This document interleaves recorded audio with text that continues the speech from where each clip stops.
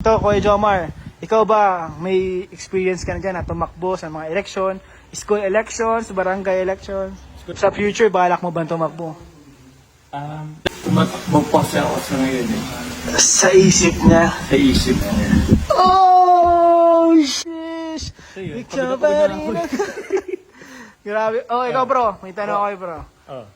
Kung ikaw ay magiging barangay chairman, ano ang plataforma mo? Ano yung magiging plataforma mo sa barangay nyo? Plataforma ko. Unang-una ko kasi yung ayoko ng kagutuman sa barangay. Ayaw mo, pares kayo ni Starrock bro. Pares na pares kami. Ayaw mo ng Ayaw kagutuman. ng kagutuman. Kaya lahat ay dito sa aming barangay, unan ko ay bibigyan ko lahat ng puto. Puto? Puto tutsinta. Ay, grabe. May kasamang dinugan, bro. May kasamang dinuguan? Oo. Ay, grabe. Kanino po ito galing? Ha? Kay Carla. Ay, grabe, guys. Grabe. May supplier. Kaya supplier natin para matulungan siya.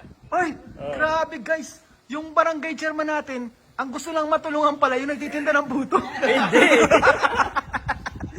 Gusto mo palaking yung business niya. Yung bis niya. Pero ang naman ito, ang effect naman nito, pangkalatan. Grabe, Kasi guys. walang magugutom na bawat tao sa barangay namin. Ah, ibig sabihin, araw-araw sila puto.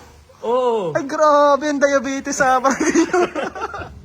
Putot sa kadinuguan. Puto, konsita, dinugan. Grabe, guys. Walang magugutom sa kanila. Walang magutom. At ayun, magbo-boom na ang business po ni Carla na putot kuntsinta. At madadagdagan pa ng dinuguan.